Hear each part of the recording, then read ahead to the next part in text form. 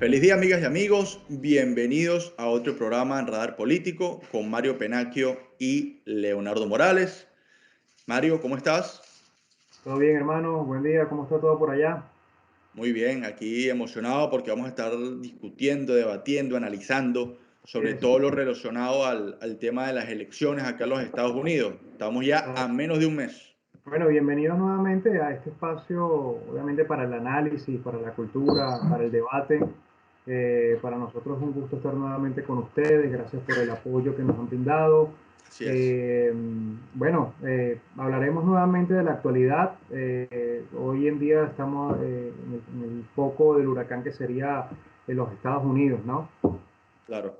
Bueno, y para eso vamos a tener un invitado de lujo que maneja muy bien distintos términos y que ha seguido muy de cerca la campaña electoral. Entonces, ¿qué te parece si hacemos un corte y volvemos con el invitado? ¿Cómo no? Vale, ya nos vemos. Eh,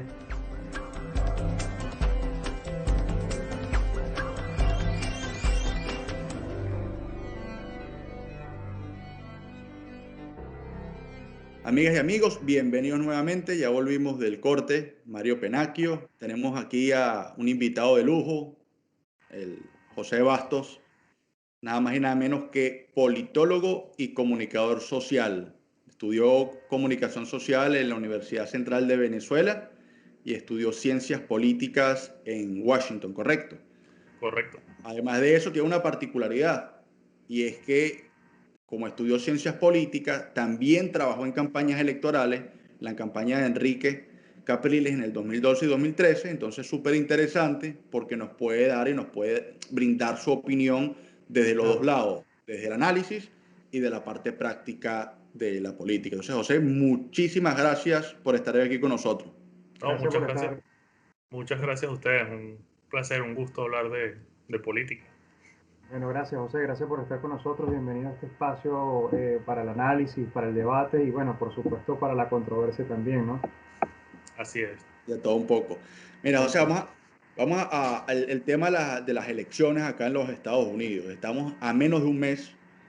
Pero yo soy de los que piensa que la película hay que verla completa. Nosotros quisiéramos comenzar, que nos des tu análisis sobre cómo fue esta campaña en tiempos de COVID y cómo sientes tú que la posicionó tanto Biden como Trump.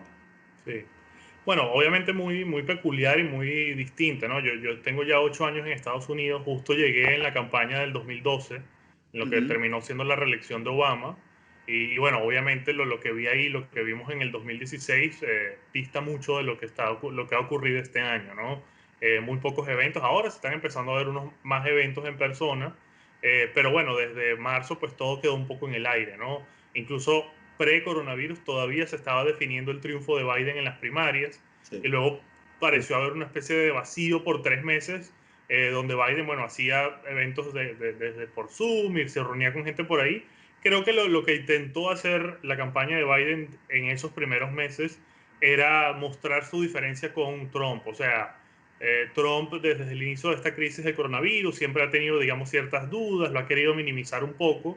Y Biden, al no hacer ningún evento en persona, al mantenerse casi, digamos, recluido en su casa, en el sótano de su casa, con eso creo que estaba dando un mensaje, ¿no? Yo soy el líder responsable, si se quiere, yo estoy siguiendo las precauciones, yo estoy teniendo cuidado, yo no estoy poniendo a mis seguidores en riesgo, mientras que vean el gobierno lo que está haciendo, ¿no? Que Trump claro, ya tuvo algún evento en Oklahoma, recuerdo que fue muy polémico al inicio, cuando la pandemia quizás estaba en su Sí, punto total. más alto. Entonces creo que esa fue al menos la visión inicial de Biden, ¿no? Obviamente muchas dificultades para hacer eventos en persona, vamos a remarcar estas diferencias entre lo que sería un gobierno nuestro y lo que es el gobierno actual, ¿no?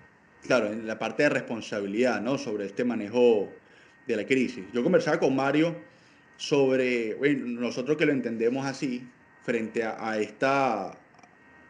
este tema del COVID, todo cómo afecta económicamente a los Estados Unidos. No solamente son los afectados y las muertes que han habido por el COVID, sino o sea, también la cantidad de desempleados que hay en esto, o sea, Total. que hubo durante los primeros meses y que siguen habiendo. Y Trump, eso lo haría cualquier presidente en su lugar, estamos de acuerdo, utilizó el enemigo externo, lo que llamamos en política tratar de posicionar, puede ser una persona o puede ser un Estado como el culpable de lo que está pasando. mucho se ha hablado de China, pero bastante, el virus chino es culpa de China, de China, de China. ¿Le funciona realmente a Trump esta estrategia de posicionar al enemigo externo para de alguna manera decir, mira, la culpa no es de mi gobierno, la culpa no es de Donald Trump, ellos son los culpables del virus y de la crisis económica que hay en los Estados Unidos? Bueno, yo pensaría que al inicio de la crisis quizás, ¿no? Y si la crisis no se hubiera ido tan de las manos en Estados Unidos y en prácticamente todo el mundo, ¿no? Yo recuerdo esas primeras semanas donde se insistía mucho en este tema y creo que uno mismo como ciudadano del mundo decía, bueno, sí, fue culpa de China, no sé. Eh, el Sí, tema de, bueno, estos mercados con animales vivos y que no lo pudieron contener, oye, realmente tienen una responsabilidad. Y creo que Trump pudo sacar cierto provecho de eso al inicio, ¿no? Hablamos de marzo, por ejemplo, y de abril. Claro, Lo que pasa es que bueno, luego, sí, perdón. No, bueno, que evidentemente Trump también sale a la defensiva con este tema porque, a ver, también está golpeando la columna vertebral por así decirlo, de su política, que es la economía. correcto, sí, correcto. Y creo que al inicio uno podía entender, bueno, realmente sí, podemos culparlos a ellos. Lo que pasa es que, claro, ha pasado tanto tiempo y hay comparaciones muy fáciles que el ciudadano puede hacer entre Estados Unidos y otros países, incluso claro. con China, donde se ha podido contener más allá de dudas sobre las cifras y de que, bueno, un país autoritario, digamos, que tiene más facilidades para mantener a la gente en su casa. Con el paso del tiempo creo que ya uno dice, bueno, algo más pudieras haber hecho, ¿no? Más allá de que ellos prendieron el incendio, tú pudiste contenerlo mucho mejor y no lo hiciste, ¿no? Y incluso por unos meses creo que el propio gobierno de Trump dejó de hablar de China. O sea, dejó de señalar, ahora ha reiniciado Exacto. esas críticas, pero se olvidó porque, bueno, ya con 200.000 muertos, oye, obviamente se pudo hacer diferente, ¿no? Entonces creo que a estas alturas no creo que haya demasiada gente que piense, no, es culpa de China. Creo que quienes apoyan a Trump, bueno, pueden defender un poco la manera en la que lo ha enfrentado, ¿no? Quizás dándole ese privilegio a la economía, pero creo que ya la culpa de China en todo esto se ha perdido un poco, ¿no? Seguro. De hecho, eh, creo que la postura de Trump en ese caso ha sido muy la misma desde el inicio. La misma, correcto. Por parte de Biden, no sé qué piensas tú, José, él ha intentado o ellos han intentado poner la campaña como una especie de plebiscito. No sé si tú compartes esa opinión. Es decir, Trump sí, Trump no, él es el culpable, estamos acá bajo esta situación por la irresponsabilidad y la ineptitud del gobierno, del Ejecutivo Nacional. ¿Crees que esta técnica, bueno, primero si compartes esta teoría y segundo si crees que esta técnica de Biden y de los demócratas de, porque claro, no hemos visto esa imagen de Biden como para venderse el 100%, sino todo lo contrario, más bien bajo perfil y señalando los errores del adversario. Claro. Decíamos en inicio de que esto podía ser muy buena estrategia si Trump no tenía un as bajo de la manga, no había mejor económica, no apareció la vacuna. ¿Podemos decir que esta estrategia por parte de los demócratas ha sido efectiva? Sí, lo primero es que comparto que sí es en general un plebiscito, ¿no? Creo que Biden sí ha intentado vender un poco su personalidad, ¿no? Ese halo, si se quiere, de que la gente ve a Biden como alguien que une al país, ¿no? Como este tío o este abuelo simpático que puede abrazar a la gente y reunificar al país. Creo que eso es lo que ha vendido Biden, no tanto políticas precisas, como decías, Uh sino esta -huh. idea de como, bueno, este es un señor simpaticón que vamos a reducir las tensiones con él, ¿no? De resto, ciertamente creo que ha sido esa pregunta recurrente en cuando hay una reelección, ¿no? ¿Estamos mejor hoy que hace 4 años? ¿Usted realmente quiere esto o quiere otra cosa, ¿no? Y creo que dadas las circunstancias de lo que ha pasado en este año, es una estrategia no solo efectiva, sino que creo muy evidente, ¿no? Cuando la economía, como decían, está tan afectada, cuando se puede comparar a Estados Unidos digamos, de forma negativa con otros países de Europa en el manejo del coronavirus, creo que sirve y bueno, lo que indican todas las encuestas es que ciertamente sí, ¿no? Habría que preguntar, que sí funciona, perdón, habría que preguntarse si no hubiera existido el coronavirus, ¿cómo estaríamos hoy, ¿no? ¿Cómo estarían las Exactamente. encuestas? ¿Cómo sería la campaña de los demócratas? Porque la economía en general estaba en buen estado en enero y febrero. Entonces, creo que el tema de George Floyd, por ejemplo, y la policía hubiera sido un poquito más protagonista. Pero bueno, eso es un mundo paralelo que no podemos To- saber, to- ¿no? Totalmente de acuerdo, porque a ver, es una realidad económica, social, que se está viviendo a nivel mundial. A ver, no hay país en el globo terráqueo que no haya escapado de esta situación. Yo comparto lo que tú dices, José, evidentemente, sea Trump o haya sido cualquier otro presidente en su posición, creo que hubiese hecho lo que medianamente ha estado haciendo hasta los momentos, que bueno, es tratar de proteger a la sociedad en la medida de lo posible, ¿no? Pero a ver, económicamente tratar de desestabilizarlo por un tema de una pandemia, sea que venga de donde sea, es algo, yo creo que son balas de salva realmente, porque no hay un culpable per se, ni tampoco hay un país que haya demostrado más o menos la habilidad para poder defenderse contra esta pandemia que hoy vivimos. El Sí, monstruo. sí, Claro, yo creo que, digamos, creo que todos debemos aceptar que hay un nivel que ningún gobierno iba a superar, ¿no? O uno. sea, Exacto. podemos revisar a Francia o a Canadá o a Alemania y todos tienen una alta cifra de muertes y todos han tenido que Todo. cerrar negocios y demás. Sin embargo, creo que a partir de que todos aceptamos de que era inevitable cierto nivel de crisis, creo que sí se puede ya comparar cómo ha pasado en ciertos lugares y no en otros, ¿no? Y creo que ahí sí Estados Unidos sale, Claro. digamos, un poco raspado, digamos, en el examen. Lo otro que a Trump realmente, bueno, le cuesta demasiado, le es imposible, es mostrar un poco más de empatía, ¿no? Sí, Como sí, sí, que en sí. otros países uno dice, bueno, mira, ahí está el presidente, está llorando con la familia de alguien, va a visitar un negocio y le da una palmada en la espalda al dueño porque está por quebrar su negocio. Con Trump no pasa eso, o sea, él simplemente pareciera como incapaz y lo vemos ahora que incluso él sufrió la enfermedad, ¿no? Que quizás era una oportunidad para decir, oye, qué duro es esto, entiendo todo lo que han sufrido ustedes y más bien lo está enfocando en él, no, ya estoy bien, me siento mejor que antes, no se preocupen por el coronavirus, y uno dice, bueno, no sé si hay familias que han perdido, bueno, 3 o 4 miembros, ¿cómo le puede llegar ese mensaje, no? Entonces Interesante. creo Claro. que es una oportunidad perdida incluso para él, porque fíjense que al menos al inicio de la crisis, como con el tiempo van cambiando los números, pero al inicio de la crisis casi todos los presidentes del mundo aumentaron su popularidad, ¿no? Porque las crisis suelen ser momentos en que un gobernante dice, bueno, ahí se De ve su oportunidad. liderazgo, ¿no? Claro. Correcto. Oye, mira, se puso al frente y lo vemos en helicópteros viendo si las calles están vacías, entonces, oye, la gente se anima y dice, oye, tenemos un líder al frente. Con el tiempo es más difícil mantener eso, ¿no? Y con Trump eso nunca pasó, ¿no? Fue siempre los gobernadores tomaron mucho La batuta. protagonismo, pero no el presidente. Bueno, No, ahora bien. perdón, Leonardo, tú mencionabas que algo interesante, hablabas del tema de la empatía de Trump y bueno, todos sabemos bueno, no hay que ser un experto para saber que realmente Trump es un político totalmente fuera de lo común, ¿no? De lo que estamos acostumbrados a ver, sobre todo eh, como presidente de los Estados Unidos. Eh, Sabemos que Trump ha venido haciendo una política totalmente diferente. Vemos que es un hombre bastante testarudo con su verbo. Y me gustaría también que conversáramos un poco sobre el tema del debate, no solamente de Trump y Biden, sino también el último debate de Harris y Pence. ¿No? Ya veíamos a Trump a la defensiva, básicamente en el debate que existió contra Biden. Vimos que, como dices tú, fue un hombre con cero empatía, se enfocó simplemente en interrumpir más de 73 veces al candidato Biden.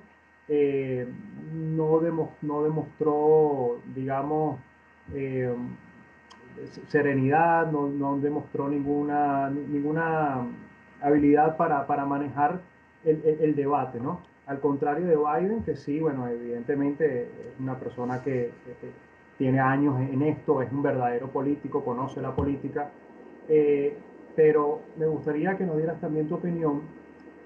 Ya sabemos sobre este debate, pero sobre Harris y Pence, ¿qué te pareció a ti este debate? Eh, yo te puedo decir sinceramente que como empezó Harris, a mí me encantó, de verdad, tengo que admitirlo, me gustó su forma de expresarse. Eh, Pence después mejoró un poco al final, ¿no? Pero sí quiero saber más o menos tu opinión con respecto a esta parte del debate. Sí. Bueno, yo creo que al final diría que a los dos les fue bastante bien, ¿no? Claro. En general creo que el vicepresidente Pence hizo lo que pudo, ¿no? Y creo Sí, que intentó atacar a Harris con ciertas declaraciones que dio que me parecen ataques válidos, si se quiere, ¿no? O sea, cosas que ella dijo quizás que ella no tenía demasiada intención de decir. Un momento que dijo bueno, que el manejo de la crisis ha sido un desastre. Refiriéndose al gobierno, y Pence aprovechó para decir, pero es que tú no valoras los sacrificios que ha hecho toda la población, total. ¿no? Como que son cosas más normales de un Sí, sí, debate, sí, que sí. tú quieres como dejar mal parado a tu rival, manipulando un poco la declaración. Luego intentó el tema ella dice en el primer día Biden va a levantar la reforma de impuestos de Trump, entonces Pence dijo, le vas a subir los impuestos a toda la Exacto. población, ¿no? No, bueno, Cosa que, sí, y Pence también interrumpía mucho a la moderadora.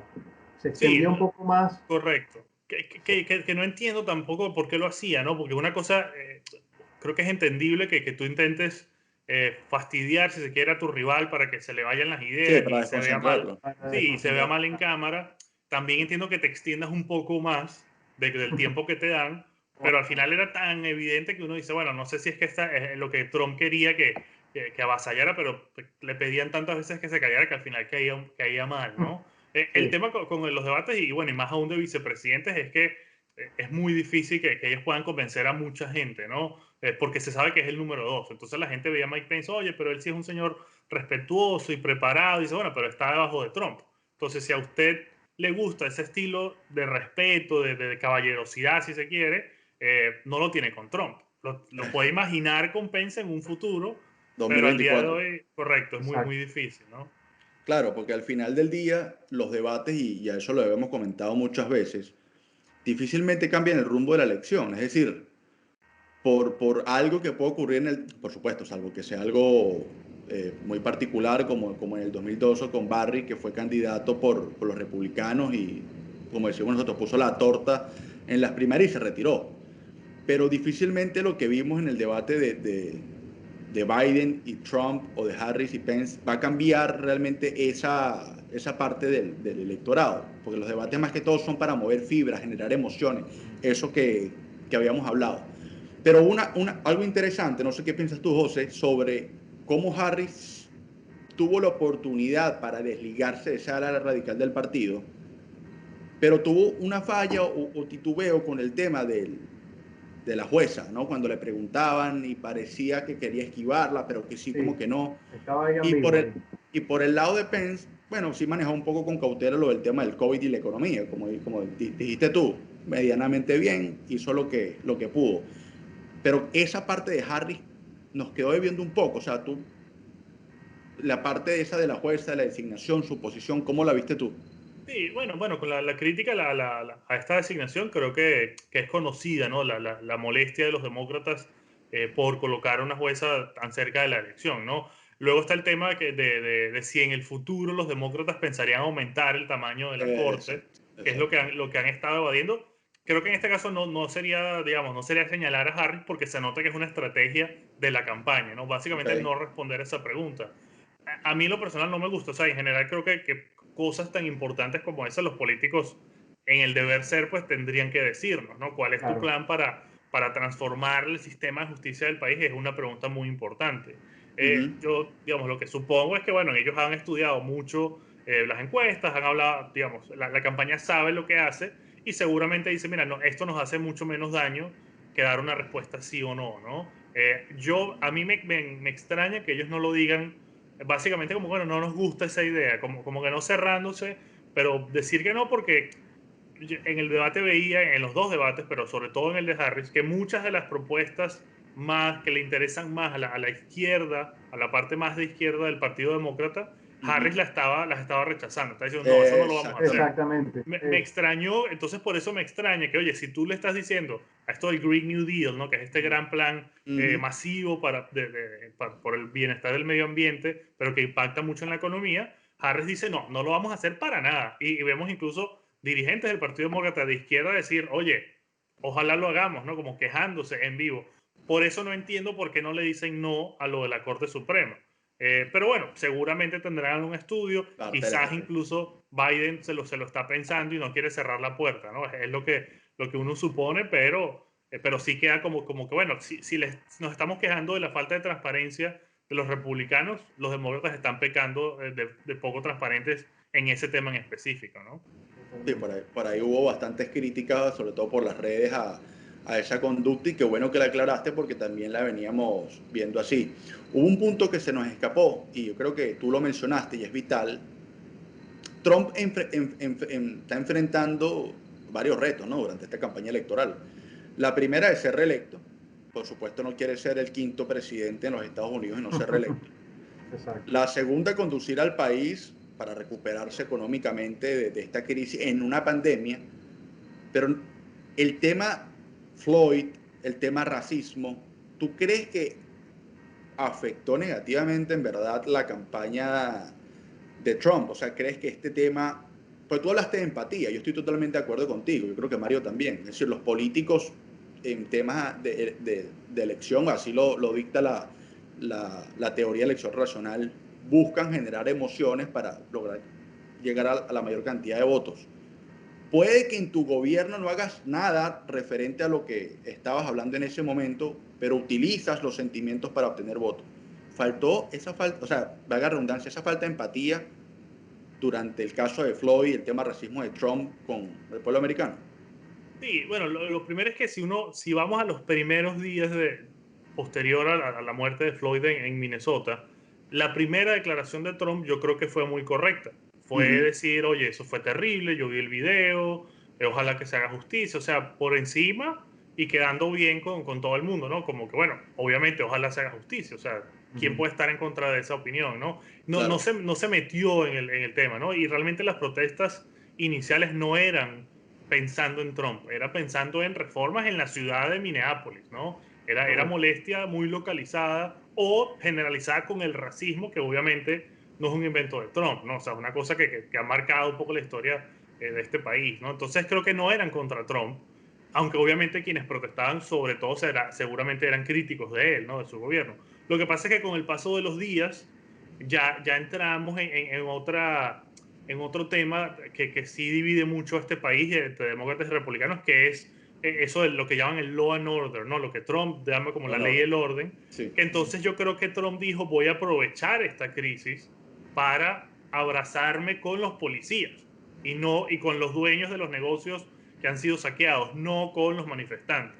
Entonces como que dejó de lado la muerte como tal de George Floyd y dijo, déjame intentar aprovecharlo, no solo porque cree él que es una buena estrategia, sino porque estoy seguro que esa es su opinión personal. O sea, que cuando él ve una protesta que termina con el incendio de un restaurante, de una tienda, estoy seguro que su primera reacción es, oye, ¿cómo es posible que eso esté pasando? Hay que poner mano dura ahí, ¿no? Y luego realmente las protestas se extienden con un tono mucho más partidista, de decir, protestamos el racismo, pero mientras Trump sea presidente, el racismo va a seguir, lo que dicen los manifestantes al menos, no va a seguir, pero entonces tenemos que sacar a Trump. Y creo que lo que hemos visto desde entonces, con tanta fuerza, por ejemplo, en la NBA, ¿no? Los jugadores de la NBA, el Claro. activismo político, oye, todos los partidos, que puede hasta molestar el exceso, que toda la cancha dice Black Lives Matter, los nombres, o sea, lo han tomado tan a pecho, enfocándose realmente en una elección y en el cambio de presidente. Entonces creo que empezó, digamos, bien, medianamente con empatía Trump, y ahí mismo como que la cosa cambió y él intentó aprovecharla hacia el otro lado, más bien, ¿no? Bueno, hay que estar claro que a Trump desde un principio no le interesa ser empático, ¿ya? Sí, O sea, él es una persona más bien, bueno, o aparenta ser una persona más de resultados, de estadística, de números, que ser una persona simplemente tras de una pantalla hablando y tratando de solidarizarse, ¿no? correcto. Este, ahora bien, una pregunta, José, que yo creo que esta es la pregunta más esperada y realmente es la que todo el mundo espera, sobre todo en el panorama político latinoamericano, saber, ¿no? Tampoco te estoy poniendo entre la espada y la pared, no sé que tampoco eres un gurú, pero sí me gustaría saber tu opinión referente a lo siguiente. Venezuela. Me lo En el acaban de caso, preguntar aquí, me están pidiendo por mensaje que le dijéramos, le preguntáramos a José sobre ese tema. ah, Qué casualidad. perfecto. Ve, Venezuela. Hay dos panoramas. Trump y Biden. ¿Cómo sería realmente el panorama de Trump, o sea, una Venezuela con Trump al frente, y cómo sería el panorama con Biden al frente? Sí. Muy buena Bueno, pregunta. sí, bueno, obviamente no sé, no estoy seguro, ¿verdad? Pero Un supuesto, pues. sí, exacto, lo que uno supone, bueno, de Trump podemos ver lo que ha pasado en estos sobre todo estos últimos 2 años, ¿no? Desde la juramentación de Juan Guaidó, ¿no? Lo lógico de que si Trump se reelige sería ver más de lo mismo, ¿no? Más presión, que se mantengan las sanciones, vías para buscar quebrar a la coalición, como hemos estado viendo, ¿no?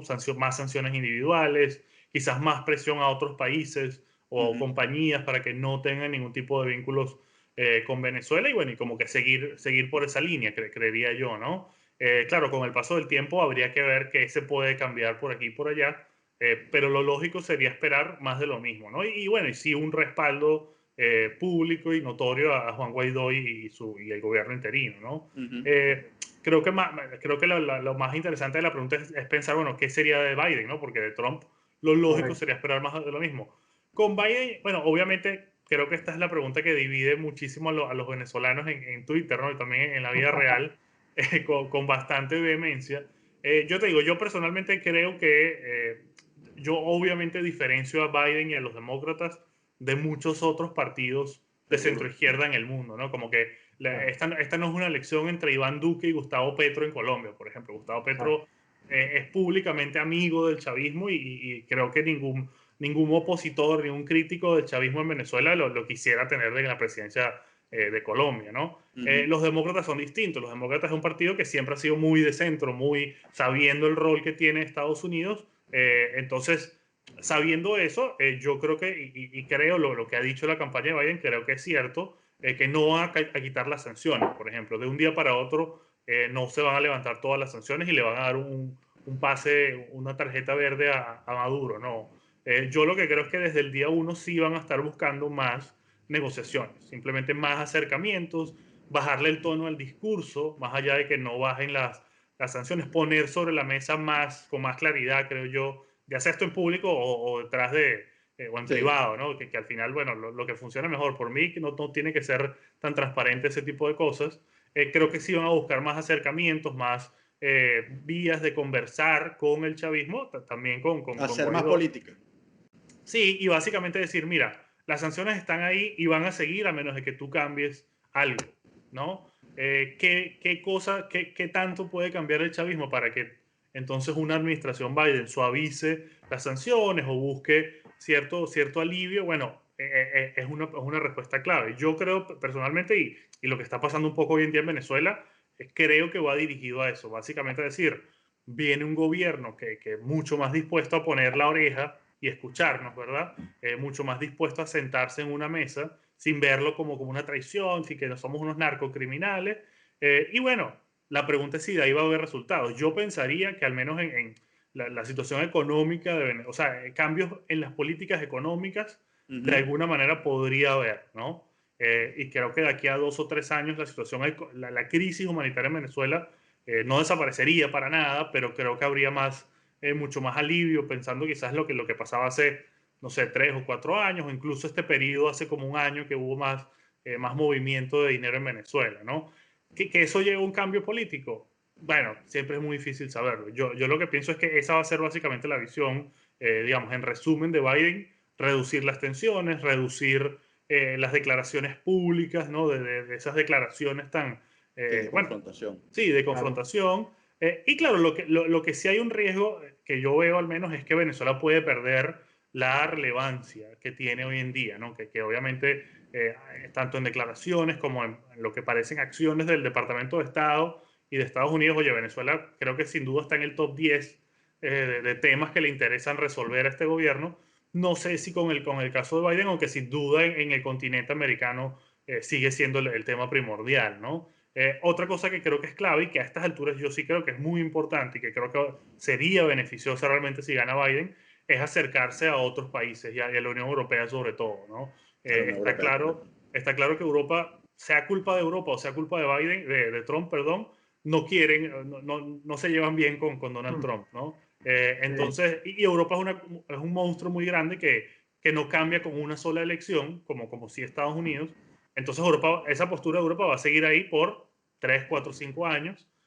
Con Biden creo que se pueden hacer mejor coordinación y convencer uno al otro de, oye, vamos a hacer esto juntos y realmente con el mismo impacto, ¿no? Y creo que eso es necesario, o sea, Interesante, a estas alturas. Bueno, fíjate que interesante eso. eh, la realidad y las encuestas parecen ser diferentes, ¿no? Bueno, por lo general son diferentes. En esta realidad ahorita, aparentemente, Biden va adelante. ¿Tú crees realmente entonces que Biden pueda ganar estas elecciones? Sí, sí, creo que al día de hoy, digamos, a unas semanas de la elección, Biden es claro favorito, ¿no? Digamos, creo que hay que ser precavidos y yo personalmente lo soy por lo que pasó hace 4 años, ¿no? Que uno dice, bueno, todos pensábamos que Trump perdía y que Hillary Clinton ganaba y terminó pasando lo contrario, pero realmente si uno ve todos los números Increíble, nacionales sí, son por todas. O estado. sea, Son todas. Correcto. Y una cosa importante que yo creo que muchos no vimos o no quisimos ver hace 4 años es que no se mueven casi los números. Y si se mueven eh, es a favor de Biden, eh, ¿no? Hace Trump bajó cuatro en años, comparación. The Economist revisó ahorita las encuestas y tiene el nivel de votos electorales 198, es decir, está incluso con 2 puntos menos que hace 3 días, increíble, o sea, más bien se cambian, pero a favor del candidato demócrata, ¿no? sí, correcto. Y hace 4 años realmente Hillary Clinton mantuvo una ventaja y de hecho gana el voto nacional por 3 puntos al final, pero siempre se movía en las encuestas, bueno, Hillary por 5, Hillary por 7, Hillary por 3. O sea, era muy inestable, ¿no? Lo que indica como que había gente pensándose si votar o no, si votar por Clinton, si votar por Trump, si abstenerse, había mucho movimiento. Aquí realmente no lo ha habido, ¿no? El panorama es más claro. Sí, y en estos últimos días, semanas, no ha habido como ninguna buena noticia para Trump. Quizás haya alguna cosa en los últimos días, pero sí parece muy difícil, ¿no? Yo creo que lo más evidente sería decir sí, va a ganar Biden y en todo caso el día de hoy decir que va a ganar pues con cierta relativa comodidad, ¿no? Lo cual sería obviamente mucho más importante para los demócratas tomar el Senado, por ejemplo, y Claro, tener que sea realmente una respuesta negativa a lo que fueron estos 4 años. Eso todavía creo que está por verse, pero sin duda creo que hay que decir que Biden es claro favorito para ganar. perfecto. José, estamos ya llegando al final del programa, pero quiero hacerte una última pregunta y que no es tu reflexión. Pues los tres somos venezolanos, estamos viviendo fuera del país, obviamente, y hay algo que a mí me llama mucho la atención, y es que muchos venezolanos que han mostrado, no lo estoy diciendo por ti, por si acaso, pero muchos venezolanos que han mostrado su apoyo a Biden, por ejemplo Diego, que está trabajando en la campaña, Erika de la Vega, Edgar Ramírez, han mostrado de alguna u otra manera su apoyo, ya sea colaborando directamente o sencillamente dando su opinión, y han sido víctimas de ataques, ¿okay? Ataques por las redes sociales, difamándolos, atacándolos. ¿Cuál es tu percepción sobre esos grados de polarización que estamos viviendo? Y también que le des un mensaje a esos venezolanos que nos van a estar viendo por otras plataformas de qué es lo que es vivir en democracia. Tú que llevas tiempo viviendo en los Estados Unidos, ¿tú notaste estos niveles de intolerancia años atrás? ¿Siempre ha sido así esa división y esos ataques entre demócratas y republicanos? ¿O se ha intensificado bajo el mandato de Trump? Sí. Bueno, para responder eso al final, sí, sin duda se ha intensificado, ¿no? Venía realmente creciendo ya desde que llegué aquí, como dije, en el 2012, había bastante tensión, ¿no? Ujú. Pero sin duda que la elección del 2012 no es lo que es esta. O sea, Mitt Romney, pues, recuerdo que al día siguiente de perder la elección, o 2 días después, Obama lo invitó a la Casa Blanca, ¿no? Y ahí se Sí. tomó una foto, o sea, había como un respeto entre ambos y que creo que la mayoría de la población veía que si ganaba uno, ganaba el otro, no era el fin del mundo. Ahorita se ve como el fin del mundo, ¿no? Creo que Exacto. los demócratas no quieren ni imaginar qué pasaría si Trump gana otra vez. Porque realmente por ejemplo, hace 4 años estaba estudiando este máster que comentabas y claro, la mayoría de mis compañeros mucho más jóvenes que yo, mucho más de izquierda que yo también, bueno, eso era un funeral al día siguiente de la elección. O sea, era una depresión muy Ujú. fuerte que hubo clases que la suspendieron, los profesores hablando con los alumnos llorando, ¿no? Y eso fue la primera vez. Y si Trump repitiera, bueno, al igual que el otro lado, o sea, los seguidores de Claro. Trump ven en un triunfo de Biden como el fin del Estados Unidos que siempre han conocido. en el caso que mencionas de los venezolanos, creo que se ha trasladado, la polarización se ha como transformado a lo venezolano. Es decir, apoyar a Biden es que eres chavista, ¿no? Lo cual creo que es un error, no es así, pero mucha gente ve en Trump la única esperanza de salvar a Venezuela y como que no hay alternativa. Creo que, digamos, las redes sociales en todas partes del mundo magnifican estas cosas. Yo no sé quién en la calle se atrevería a decirle a Erika de la Vega lo que le han dicho por las redes. Seguro alguna persona sí le gritaría algo, ¿no? Pero las redes es muy fácil que te lleguen 70 mensajes anónimos insultándote, ¿no? Y eso obviamente duele y genera temor. Entonces creo que lo magnifican y creo que eso se mezcla mucho lo venezolano. Entonces la gente ve que uno es chavista y el otro no, ¿no? Lo que decías de vivir en democracia, bueno, creo que es una pregunta interesante como para pensarla más, pero creo que aquí, a diferencia de Venezuela, bueno, uno no se piensa tanto decir una opinión, por ejemplo. Claro. O sea, no te da miedo, oye, que quizás me van a votar, quizás me van a y hay algo muy importante que no hay en Venezuela, que es la división de los poderes. Sí, que además aquí todo es tan localizado, que realmente incluso si creo que podría darse el caso de, oye, si a ti te insultan o algo así, tienes tantas protecciones, puedes acudir a distintas cortes, por ejemplo, si tienes algún tipo de miedo. O sea, como hay tantas instituciones a las que siempre puedes acudir, que bueno, que por eso es que también muchas de las cosas que dice Trump, e incluso de las que dice Joe Biden, no se terminan realizando porque hay tantas instituciones que frenan una cosa u otra, ¿no? Que tienes que superar muchos obstáculos correctos para hacer un cambio. Y eso también, bueno, no es el tema de hoy, pero cuando uno, sobre todo en las elecciones primarias, todas las promesas que hacen los candidatos en los debates, uno dice, esto no va a pasar, ¿no? O sea, en los demócratas hablaban, no, vamos a acabar con el colegio electoral, vamos a acabar con un poco de cosas, y uno dice, eso tiene que cambiar la constitución, que es muy difícil hacerlo, igual que o sea, el presidente aquí no tiene tanto poder como muchas veces se vende, ¿no? Incluso este tema del fracking, que ha entrado mucho en la campaña, si Biden quisiera acabar con el fracking, que él ha dicho que no quiere, eso va a pasar por muchísimas cortes, ¿no? Las empresas que trabajan en fracking van a demandarlo y sería un proceso muy lento para realmente acabar con eso, ¿no? Entonces, creo que eso que es como la mayor diferencia en la democracia. Todo el mundo está bastante protegido por distintas instituciones. Excelente. Creo que has dado en el punto y ojalá el mensaje llegue justamente para diferenciar y que entendamos que una cosa es lo que pasa allá y otra cosa es lo que pasa aquí y que cada quien es libre, ¿no? De demostrar el apoyo o la intención de elegir al candidato que quiera. José, en verdad, muchísimas gracias. Hemos disfrutado tu entrevista al 100%. Mario, si quieres agregar algo. No, bueno, gracias José de verdad por tu tiempo, por acompañarnos. Eres bienvenido las veces que quieras. Puedes estar acá con nosotros en Radar Político para cualquier otro análisis. Bueno, aprovecho también para decirle a las personas que nos están viendo en este momento que nos sigan por todas nuestras redes sociales, también por nuestro canal de YouTube. Estamos como Radar Político, ¿sí? Ya como les dije, esto es un espacio para el debate, para la controversia, para el análisis. Donde, bueno, evidentemente caemos todos también acá. José. Muchísimas gracias, no, con gusto, cuando quieran estoy de regreso. Claro que gracias, sí. Vale. José. Nos vemos pronto. Saludos. Gracias.